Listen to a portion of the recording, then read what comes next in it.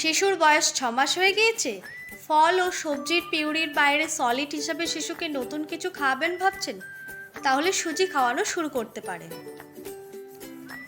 তাই আজ আমি আপনাদের সাথে শেয়ার করব 6 ও 7 মাসের শিশুর প্রথম সুজি রান্নার পদ্ধতি। Welcome to Bengali baby food. আশা করছি আপনার শিশু এবং আপনি দুজনেই ভালো আছেন, সুস্থ আছেন। সুজি বানানোর জন্য আমি এখানে এরকম ফর্মুলা মিল্কের চামচ নিয়েছি। এই চামচের 2 চামচ পরিমাণ সুজি নিয়ে নিচ্ছি। আপনারা যখন শিশুকে প্রথম দিন সুজি দেবেন তখন এই চামচের 1 চামচ বা চা চামচের 1 চামচ নিলেই চলবে। সুজি নেওয়ার পর আমাদের দেখে নিতে হবে সুজির মধ্যে কোনো নোংরা বা পোকামাকড় আছে কিনা, তাহলে সেই সুজি শিশুকে দেবেন না। আর লাগছে ফর্মুলা মিল্ক, আর সুজি সেদ্ধর জন্য আমার লাগবে জল।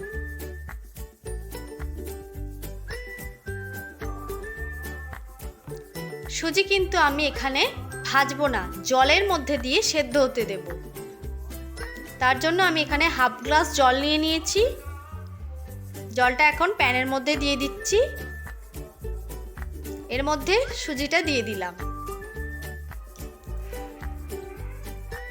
সুজিটা এখন জলের সাথে ভালো করে মিশিয়ে নিচ্ছি।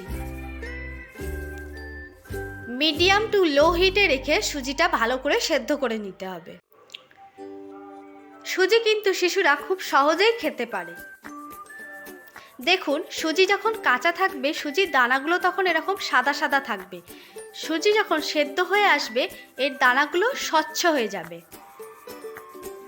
সুজিটা যেহেতু ঘন হয়ে এসেছে তাই আরও কিছুটা ফোটানো জল আমি এর মধ্যে অ্যাড করলাম।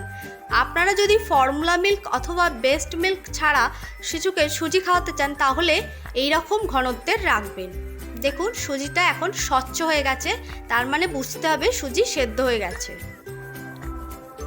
সুজি শিশুর শরীরে হিমোগ্লোবিনের মাত্রা বজায় রাখতে সাহায্য করে। সুজিতে রয়েছে প্রোটিন, ভিটামিন বি ও ই ও কার্বোহাইড্রেট, যা শিশুর শারীরিক বৃদ্ধিতে খুবই উপকারী। আমি এখানে সুজি ভেজে রান্না করলাম না, তার কারণ অনেক শিশুরই সুজি ভেজে রান্না করলে দই তোলা বা অ্যাসিডিটির মতো সমস্যা হয়ে থাকে। সুজিটা এখন একটা বাটির মধ্যে ঢেলে নিচ্ছি। শিশুকে যখন প্রথম দিন সুজি দেবেন তখন 1 থেকে 2 টেবিল চামচের বেশি সুজি দেবেন না। আস্তে আস্তে শিশুর বয়স বুঝে সুজির পরিমাণ বাড়াবেন। আমি এখন এই ফর্মুলা মিল্কটা সুজির সাথে মিশিয়ে নিচ্ছি।